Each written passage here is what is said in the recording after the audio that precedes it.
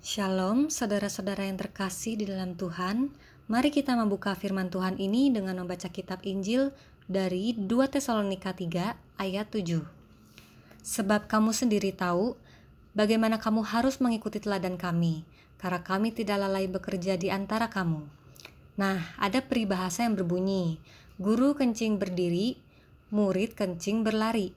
Ini menunjukkan bahwa manusia itu cenderung meniru atau mengikuti teladan dari orang-orang yang dianggapnya pantas diikuti.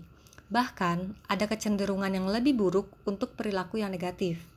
Seorang guru yang memberikan teladan tidak baik akan diikuti oleh muridnya. Itu sebabnya penting untuk selalu memberikan teladan yang baik. Nats hari ini merupakan bagian surat Paulus kepada jemaat di Tesalonika. Paulus menyebutkan mengenai mengikuti teladan kami. Dengan mengikuti teladan Paulus, jemaat di Tesalonika juga mengikuti teladan Kristus. Sebab Paulus sendiri mengikuti teladan Kristus. Akhirnya mereka harus mengikuti teladan Allah dan mengikuti teladan satu sama lain. Apa aja sih teladan Kristus itu? Nah, sekarang kita akan membahas 10 teladan Kristus. Teladan yang pertama, penderitaan Kristus sebagai teladan. 1 Petrus 2 ayat 21-23 mengatakan, sebab untuk itulah kamu dipanggil, karena Kristus pun telah menderita untuk kamu dan telah meninggalkan teladan bagimu, supaya kamu mengikuti jejaknya. Ia tidak berbuat dosa dan tipu tidak ada dalam mulutnya. Ketika ia dicaci maki, ia tidak membalas dengan mencaci maki.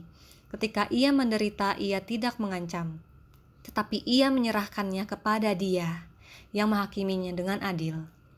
Jadi, teladan pertama adalah penderitaan Kristus yang walaupun dicaci maki, dihujat, diejek, direndahkan, tapi Yesus tidak membalas sedikit pun. Teladan kedua yaitu pengampunan.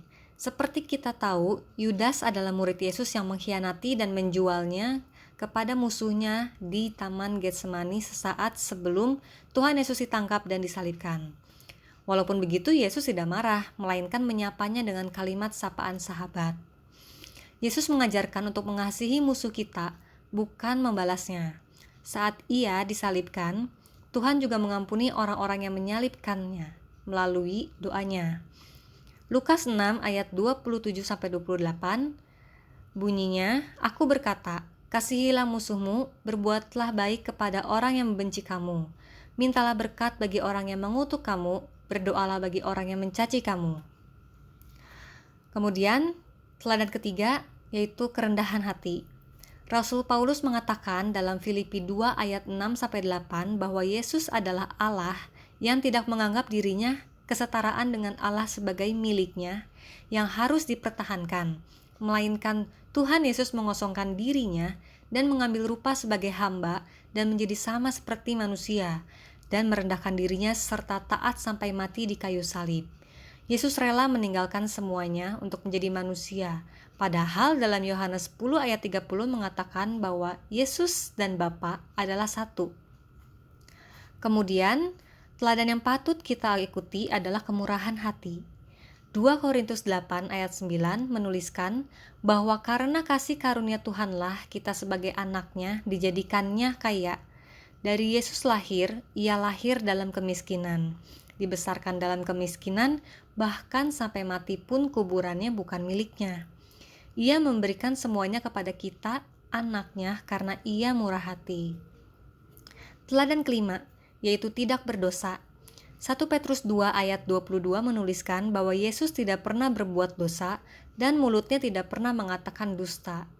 Yesus mengajarkan kepada kita sebagai muridnya untuk menjaga hati dan pikiran agar tidak berbuat dosa meskipun penderitaan datang di kehidupan kita. Dengan berdoa dan mengucap syukur, Tuhan menjaga kita dari dosa yang ada di dunia ini. Selanjutnya, teladan keenam, yaitu teladan tidak pernah menipu. Saat Yesus dianiaya dan disalibkan, ia tidak pernah sedikit pun berbicara bohong agar dibebaskan. Tuhan pun memberikan janji bagi orang jujur bahwa orang jujur akan bermegah dalam kejujurannya. Mazmur 64 ayat 11, orang benar akan bersukacita karena Tuhan dan berlindung padanya. Semua orang yang jujur akan bermegah. Kemudian teladan ketujuh adalah teladan tidak mencaci maki. Roma 12 ayat 14 mengajarkan kita untuk memberkati orang yang menganiaya kita, bukan mengutukinya. Yesus juga berkata dengan mulutnya sendiri untuk mengasihi dan mendoakan orang yang menganiaya kita. Manusia mempunyai sifat alami untuk membalas karena kita sakit hati dengan apa yang mereka perbuat kepada kita. Tapi Yesus sudah memberikan teladan untuk mengubah rasa sakit hati dengan kebahagiaan jika kita teguh dan mempunyai hati yang tekun. Teladan ke-8 adalah kesabaran. Roma 12 ayat 12 mengingatkan kita untuk bersukacita dalam pengharapan dan bersabar dalam kesesakan serta tekun untuk berdoa. Yesus mengajarkan kita untuk bersabar dan menunjukkan kasih karena Ia menjanjikan kepada kita untuk beroleh kehidupan kekal. Teladan selanjutnya yang ke-9 yaitu berserah kepada Allah. 1 Petrus 2 ayat 23 menuliskan bahwa ketika Yesus dicaci maki dan menderita, Ia tidak membalas melainkan berserah kepada Allah, karena Yesus tahu bahwa Allah yang akan mengadilinya dengan adil. Ketika kita sebagai manusia sudah lelah akan penderitaan yang tiada habisnya, maka kita bisa mencontoh Yesus dengan menyerahkan segala perkara kepada Tuhan, karena Ia pasti mempunyai caranya sendiri untuk menyelesaikan di luar akal kita sebagai manusia yang terbatas. Jadi sebagai anaknya, janganlah takut dan putus asa, karena kita mempunyai Allah yang kuat, Allah yang hidup, adil, dan lebih besar dari masalah kita. Teladan yang terakhir, yaitu teladan dalam beriman. 1 Petrus 2 ayat 24 menuliskan bahwa Yesus telah memikul dosa kita di atas kayu salib supaya kita tidak binasa karena dosa. Penebusan dosa yang sudah dikerjakan Yesus adalah inti dari alasan kenapa Yesus datang ke dunia melalui pengajarannya mengenai kebenaran yang mutlak dan tidak bisa dibantahkan, agar kita sebagai orang percaya tidak sia-sia percaya kepada Tuhan Yesus. Yesus adalah juru selamat manusia, dan kita orang percaya menerima anugerahnya dengan cuma-cuma dan mendapatkan kehidupan kekal, bukan kematian kekal. Kita sama-sama berharap untuk berbuat kebaikan lebih banyak, menjaga sopan santun, lebih lagi rendah hati, lebih bersabar, dan banyak mengampuni dalam praktek kehidupan sehari-hari.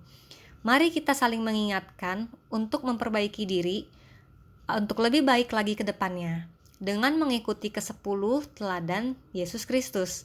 Karena Yesus sendiri yang meminta kepada kita untuk menjadi seperti Kristus. Sebagai ayat penutup, Matius 5 ayat 48 berkata, "Karena itu haruslah kamu sempurna, sama seperti Bapamu yang di sorga adalah sempurna." Demikian pemberitaan firman Tuhan. Tuhan Yesus memberkati saudara sekalian.